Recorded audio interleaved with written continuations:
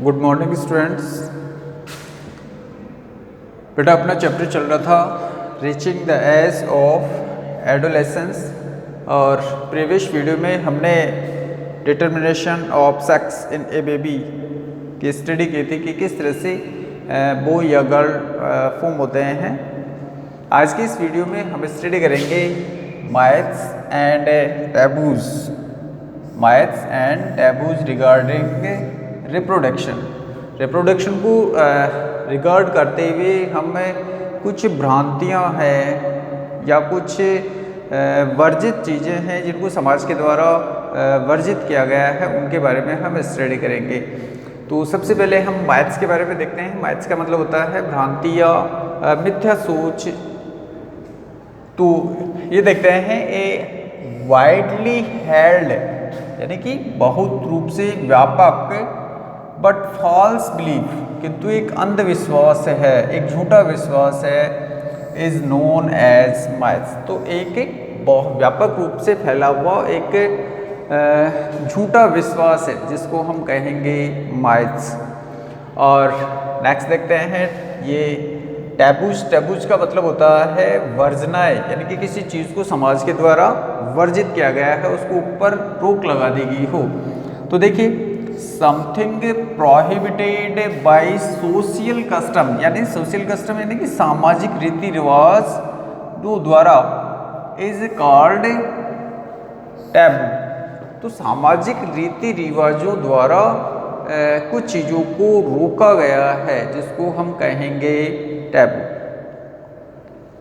अब इसमें देखिए एन इम्पोर्टेंट माइथ, यानी कि कौन सा माइथ है, कौन सा अंधविश्वास है, रॉन्ग बिलीफ, एक गलत विश्वास है in the mind of many people, बहुत सारे लोगों के मन में, is that mother is responsible for the sex of her child, male और फीमेल।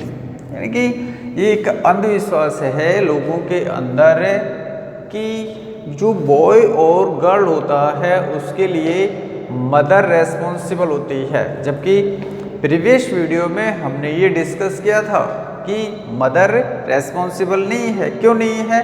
क्योंकि मदर के पास में कौन से क्रोमोसोम होते हैं? मदर के पास में तो केवल XX क्रोमोसोम होते हैं, जो कि किसी भी अगर इनमें से कोई सा भी X क्रोमोसोम यहाँ पर देख लेते हैं, मदर के पास में तो दोनों XX क्रोमोसोम है।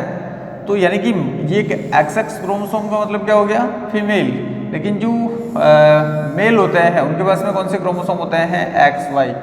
तो Y chromosome is responsible for determination of boy. तो ध्यान कर लेना, लोगों के मन में ये भ्रांति है कि एक लड़की या लड़का होने के लिए एक महिला जिम्मेदार होती है, जबकि ऐसा नहीं होता है। लड़का होने के लिए पुरुष जिम्मेदार होता है, मेल रेस्पॉन्सिबल होता है। ठीक है, तो ये एक माइथ है लोगों के मन में।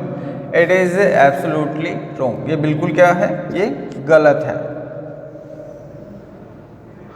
आगे देखें, an important taboo is the mind of many people, यानी कि एक वर्जना है लोगों के मन में, बहुत सारे लोगों के मन में, दैट ए गर्ल और woman should not be allowed to work in the kitchen during the day of menstruation. तो जो फीमेल होती है उसके अंदर, गर्ल हो वुमन हो, उसके अंदर जब मेंस्ट्रुएशन होता है, मेंस्ट्रुअल साइकिल हमने आपको पढ़ाया है, 3 to 5 डेज तक वेजाइनल ट्रैक्ट द्वारा उनमें ब्लीडिंग होती है।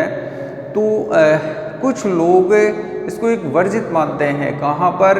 कि वो महिला किचन में काम नहीं कर सकती, उसके प्रवेश को रोका गया है समाज के द्वारा, समाज के कुछ लोगों द्वारा, यानी कि उसको किचन में काम नहीं करने देते हैं।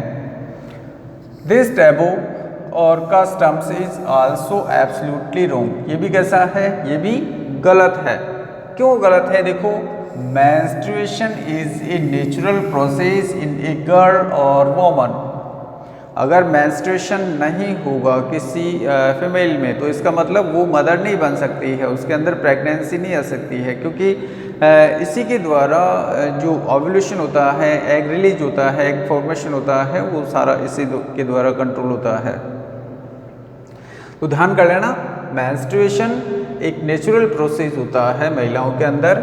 There is absolutely no harm if a woman works in the kitchen, यानी कि कोई हानि नहीं है कि मेंस्ट्रुएशन के दौरान कोई महिला अगर किचन में काम करती है और goes out for other work during the day of menstruation. माहवारी के दिनों में यदि महिला किचन में काम करती है या काम करने के लिए बाहर जाती है तो इसमें कोई हानि नहीं है। अब आगे चलें इसमें। सिंस वी नो,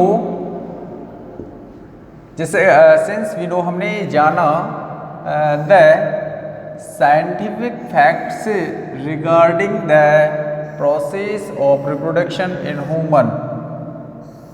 हमने जो साइंटिफिक फैक्ट्स हैं रिगार्डिंग के, हमने देखा फेजेस पढ़ी है रिप्रोडक्शन की कि जो मेंस्ट्रुअल आता है वो एक नेचुरल प्रोसेस है, किस तरह से प्रेगनेंसी आती है, ये सारी चीज़ें हम पढ़ चुके हैं। सेकेंडरी सेक्सुअल ग्रो करते हैं, तो ये सारी चीज़ें हम स्टडी कर चुके हैं। तो कह रहा है कि we know that scientific fact regarding the process of reproduction in human, it is our duty. ये क्या है? हमारी ड्यूटी है टू हेल्प इन इरेडिकेटिंग का मतलब रिमूविंग, इनको हटाना, दूर करना, removing such myths and taboos from our society. हमारे समाज से हम इनको निकाल फेंके, रिमूव कर दें। इस तरह की जो भ्रांतियाँ हैं, वर्जनाएँ हैं, इनको हम दूर करें।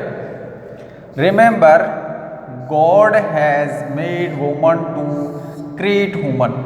अगर मान लिया जो फीमेल होती है वही प्रेग्नेंट होती है, वही प्रेगनेंसी करती है, तो जो मैन को क्रिएट करने के लिए फीमेल रेस्पॉन्सिबल होती है। ध्यान कर लेना। तो गॉड हैज़ मेड वुमन, भगवान ने इनको क्रिएट किया है, भगवान ने इसको बनाया है ह्यूमन को क्रिएट करने के लिए।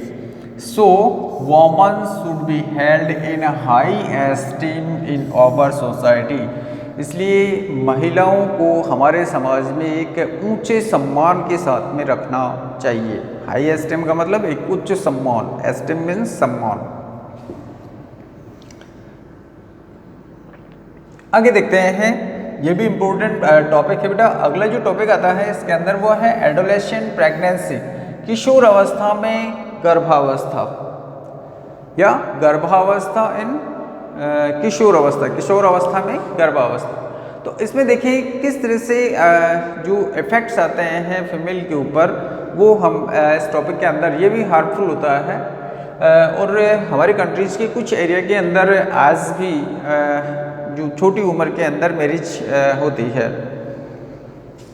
देखिए, in our country the legal age for marriage is 18 year, किसके लिए है? For girl, and 21 year for boys. Because, क्योंकि अर्लियर मदरहुड, यानी कि जल्दी अगर महिला कम एज में अगर माँ बनती है, causes a lot of problem for the young mother as well as for the baby. ये जो गवर्नमेंट है, इंडियन गवर्नमेंट है, उसने एज डिसाइड की है। क्यों की है? क्योंकि इस एज के ऊपर मैच्योरिटी आ जाती है। जो फीमेल होती है वो प्रेगनेंसी के लिए फिजिकली और मेंटली प्रिपेयर हो जाती है, और यानी कि अपनी जो बेबी है उनको प्रॉपर उसकी देखभाल कर सकती है।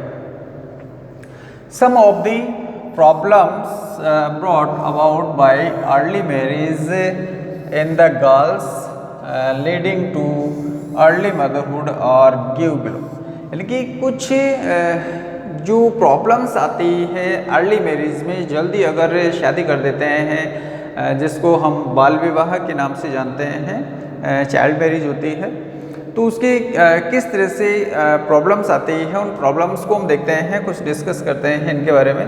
देखिए, फर्स्ट आता है इसके अंदर